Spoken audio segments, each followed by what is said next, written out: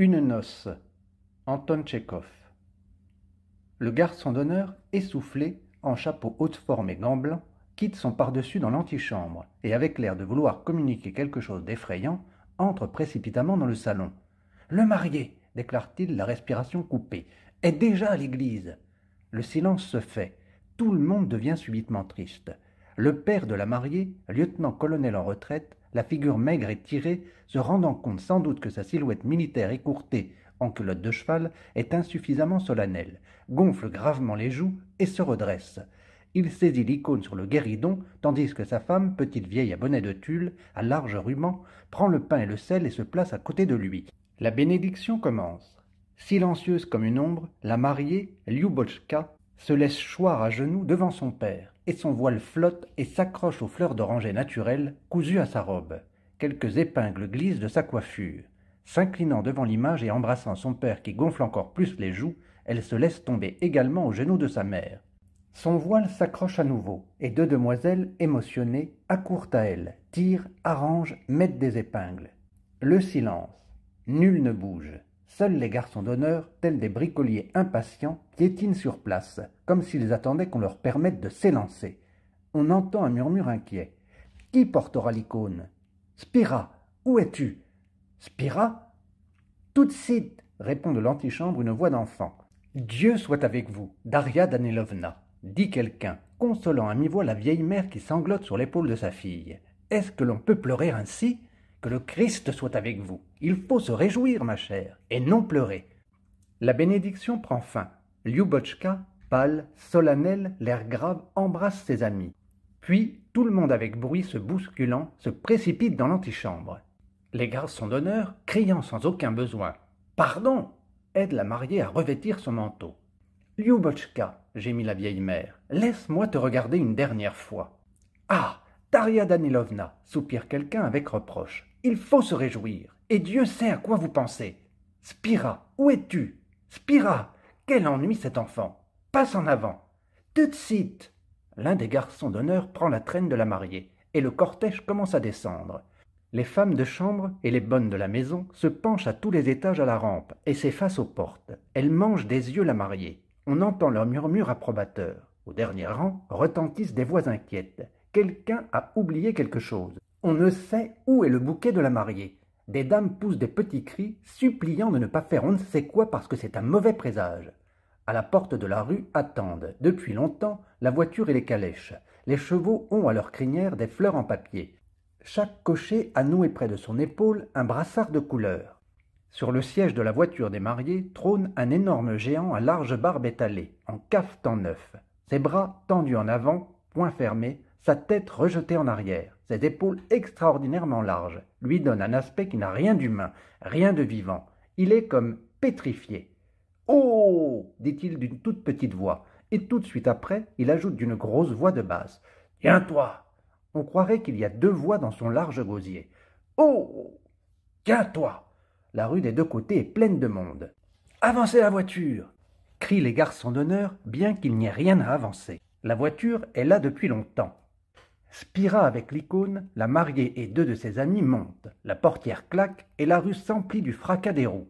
La calèche des garçons d'honneur. Avancez! Les garçons d'honneur sautent dans la calèche, et lorsqu'elle part, ils se lèvent, et se tortillant comme s'ils avaient des convulsions, mettent leur par-dessus. On fait avancer les autres calèches. On entend des voix. « Sofia Denisovna, montez! Veuillez monter vous aussi! Nikolai Mironovitch! Oh! Ne vous inquiétez pas, mademoiselle, il y aura de la place pour tout le monde. Attention !»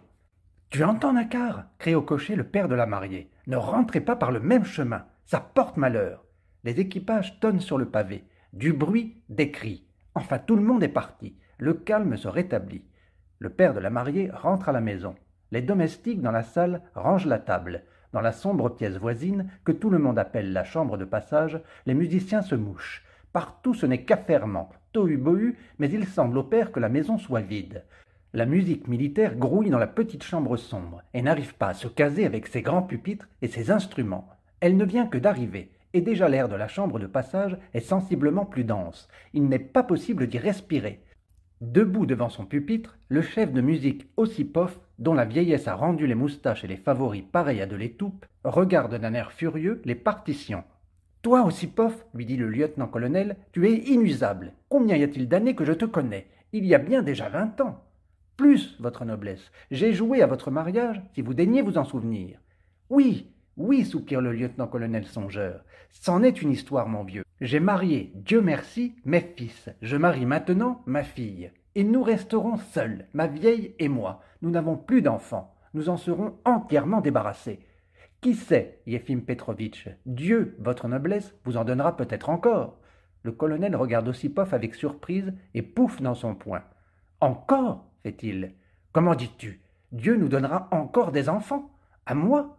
Il s'étrangle de rire et des larmes lui montent aux yeux. Les musiciens rient aussi, par politesse. Yefim Petrovitch cherche des yeux sa femme pour lui raconter ce qu'a dit Ossipov, mais la voilà qui accourt elle-même vers lui, fâchée, éplorée.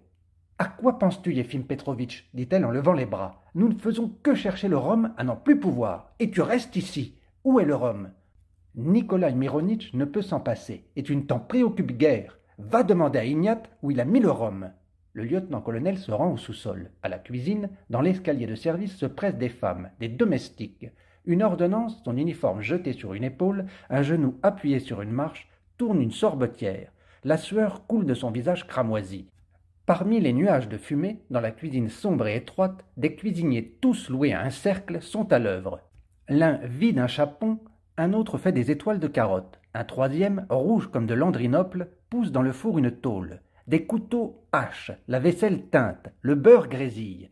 Arrivé dans cet enfer, Yefim Petrovitch oublie ce que sa femme lui a recommandé. « N'êtes-vous pas à l'étroit ici, les amis » demande-t-il. « Peu importe, Yefim Petrovitch, à l'étroit, mais sans désarroi. Ne vous inquiétez pas. Faites pour le mieux, les amis. » Dans un coin se redresse la haute taille du maître d'hôtel du cercle, Ignat. « Ne vous inquiétez pas, Yefim Petrovitch, tout ira pour le mieux. Que devons-nous mettre dans les glaces? Du rhum, du haut sauterne ou rien du tout ?» Remonté de la cuisine, Yefim Petrovitch erre longtemps dans l'appartement, puis s'arrête à la porte de la chambre de passage et reprend la conversation avec Ossipov. « Voilà, frère, nous restons comme des orphelins. Tant que leur maison ne sera pas sèche, les nouveaux mariés habiteront avec nous. Et ensuite, adieu, ce sera comme si on ne les avait pas vus. » Les deux hommes soupirent. Les musiciens par politesse soupirent aussi, et l'air en devient encore plus dense. « Oui, frère, continue mollement Yefim Petrovitch, nous n'avions qu'une fille, et nous la donnons. Le marié est instruit, il parle français. Seulement, il boit. Mais qui ne boit pas aujourd'hui? Tout le monde boit. Ça ne fait rien qu'il boive, Yefim Petrovitch, dit Ossipov. La principale dignité est de faire son devoir. Et pour ce qui est de boire, supposons, pourquoi ne pas boire? On peut boire. Naturellement on le peut. On entend des sanglots. Est-ce qu'il peut sentir ce que nous faisons? Dit plaintivement Daria Danilovna à une vieille. Nous lui avons aligné, ma bonne amie, 10 000 roubles d'argent comptant. Nous avons mis la maison au nom de Lyubotchka et 900 arpents de terre. C'est facile à dire, mais est-il capable de sentir quelque chose? Les gens d'à présent ne sentent plus rien. Les fruits sont déjà sur la table. Des flûtes sont étroitement serrées sur 2 plateaux. Des serviettes enveloppent les bouteilles de champagne. Les samovars chantent dans la salle à manger. Un garçon à favori, les moustaches rasées, inscrit sur une feuille de papier les noms des personnes dont on portera la santé au souper.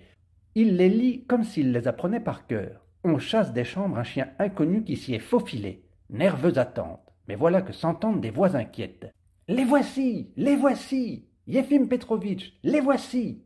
La vieille mère, abattue avec une expression d'extrême désarroi, prend le pain et le sel. Le père gonfle les joues et tous deux ensemble se pressent vers l'antichambre. Les musiciens en hâte accordent en sourdine leurs instruments. Le bruit des voitures arrive de la rue. De rechef, un chien s'est introduit dans la maison. On le chasse, il geint. Encore 1 minute d'attente et bruyamment, sauvagement éclate dans la chambre de passage une marche assourdissante, enragée, folle. L'air résonne d'exclamations. De baisers, des bouchons partent, les domestiques ont des airs graves. Lyubotchka et son mari, un monsieur sérieux à lunettes d'or, sont ahuris. L'assourdissante musique, l'éclatante lumière, l'attention générale, une masse de figures inconnues les accable. Ils regardent stupidement de tous côtés, ne voyant et ne comprenant rien. On boit du champagne et du thé. Tout se passe avec convenance et sérieux. Les innombrables parents, d'extraordinaires grands-pères et grands-mères que personne auparavant n'avait jamais vus, le clergé, des militaires en retraite, à nuque plate, les remplaçants des parents pour la cérémonie, les parents et marraines debout près de la table boivent du thé à petites gorgées, en parlant de la Bulgarie. Les demoiselles, telles des mouches, se collent au mur, et les garçons d'honneur, eux-mêmes, ayant perdu leur air agité, se tiennent cois près de la porte. Mais il se passe 1 heure, 2 heures, et voilà que toute la maison vibre de musique et de danse. Derechef, les garçons d'honneur ont l'air d'avoir rompu leur chaîne. Dans la salle à manger, où le buffet est dressé en formidable fer à cheval, se groupent les vieilles gens et la jeunesse qui ne danse pas. Le colonel, qui a déjà bu 5 petits verres de vin, a les paupières battantes, claque des doigts et étouffe de rire. Il lui est venu l'idée qu'il serait bien de marier les garçons d'honneur, et cela lui plaît, lui semble spirituel, original. Il est heureux, si heureux qu'il ne peut l'exprimer. Il ne fait que rire. Sa femme, qui depuis le matin n'a rien mangé et que le champagne a grisé, sourit béatement en disant à chacun « On ne peut pas, messieurs, on ne peut pas aller dans la chambre à coucher. C'est indélicat, n'y allez pas voir. » Ce qui signifie « daignez aller voir la chambre à coucher ». Tout son orgueil maternel et tous ses talents se sont concentrés dans cette chambre. Il y a de quoi être fier. Au milieu de la chambre se trouvent 2 lits à haute literie. Les têtes d'oreiller sont en dentelle, les courtes pointes en soie, brodées d'initiales savantes et indéchiffrables. Sur le lit de Lyubotchka est posé un bonnet à ruban rose. Sur celui de son mari, une robe de chambre couleur souris, à glands bleus. Chacun des invités, ayant examiné le lit, considère comme son devoir de cligner de l'œil significativement et de dire « Et la vieille, radieuse, chuchote. « La chambre, mon cher, a coûté 300 roubles. Est-ce rien? Allons, sortez. Les hommes ne doivent pas entrer ici. » Vers 3 heures du matin, on sert le souper. Le garçon à favori porte les toasts et la musique joue une marche. Yefim Petrovitch finit de se griser et ne reconnaît plus personne. Il lui semble qu'il n'est pas chez lui, mais en visite, et qu'on l'a insulté.